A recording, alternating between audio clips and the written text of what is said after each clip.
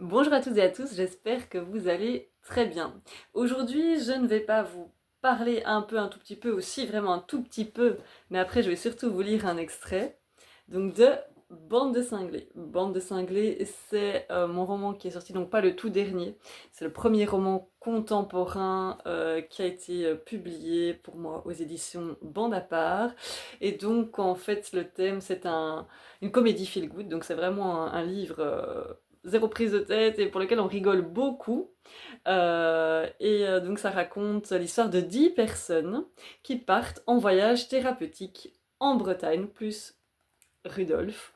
Et une fois sur place, tout va partir en cacahuète parce que ces 10 personnes, en fait, le point commun est une des personnes du groupe, c'est Charlie, c'est le psy.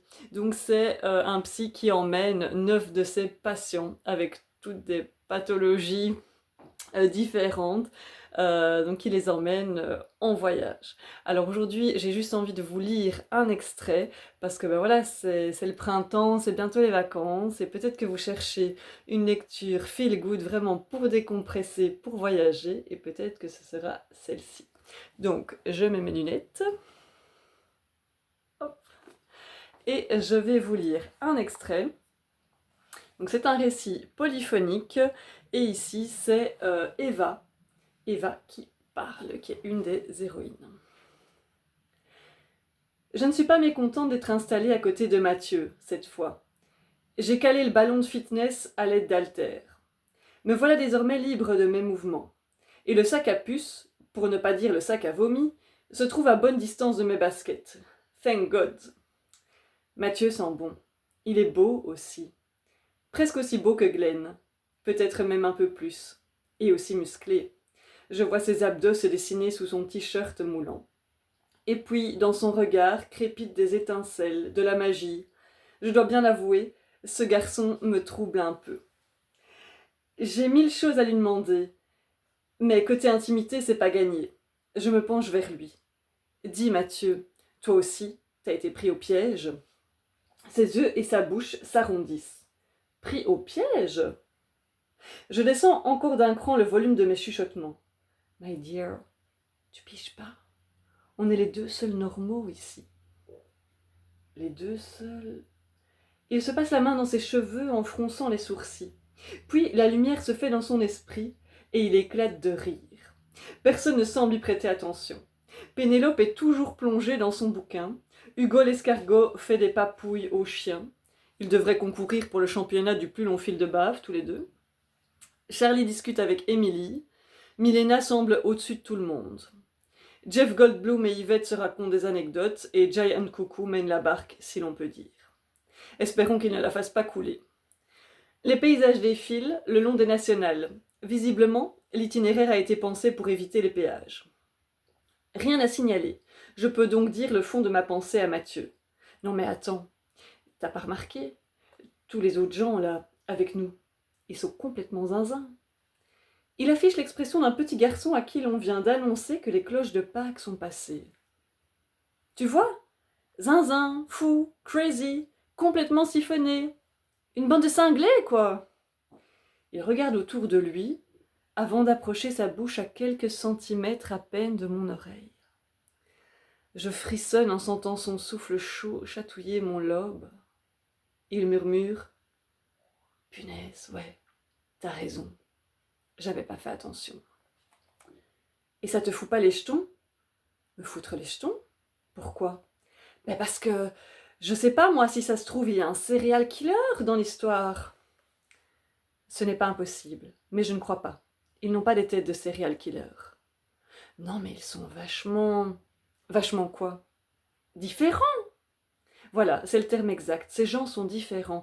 Et c'est ça, en fait, qui m'angoisse tellement. Mathieu me saisit la main. Je sursaute. Ne t'inquiète pas, Eva. Rien d'anormal ne va se passer. On va simplement profiter d'une semaine d'intériorité. On va apprendre à se connaître les uns les autres.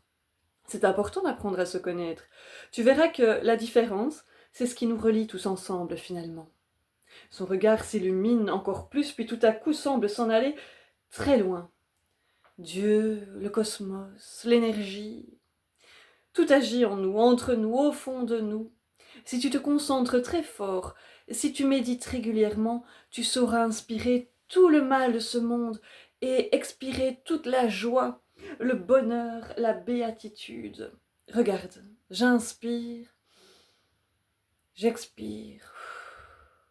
Tu sens comme la haine remplace l'amour, petit à petit, dans cet espace restreint. Tu sens la joie t'envahir. Je ramène mes mains vers moi, lui adresse un sourire poli en hochant la tête, puis me renfonce dans mon siège. Et j'avais cru qu'ils n'étaient pas tous cinglés. Je me suis trompée.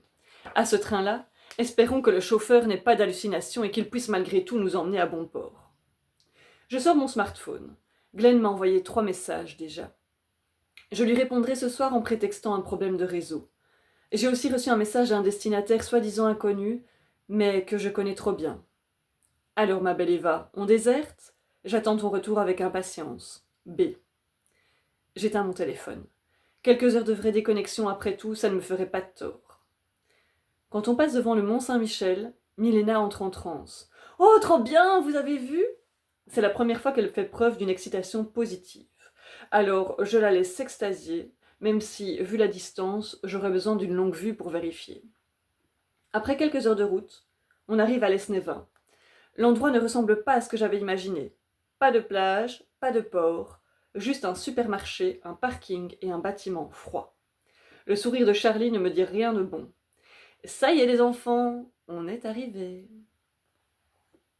Voilà donc la bande de cinglés arrivée à Lesneven en Bretagne. Et si ce n'est pas encore fait, je vous invite à le découvrir. Si vous l'avez déjà lu et que vous l'avez aimé, surtout, n'hésitez pas à mettre votre avis sur le site des éditions Bonaparte ou le site de la FNAC ou sur le site d'Amazon ou selon l'endroit où vous avez acheté le livre, de mettre un commentaire avec votre avis. C'est vraiment très très précieux pour moi, petite autrice méconnue. Voilà, alors j'espère que ça vous donnera envie de le lire. N'hésitez pas à partager cette vidéo, à mettre un petit pouce et puis à vous abonner à ma chaîne si ce n'est pas encore fait.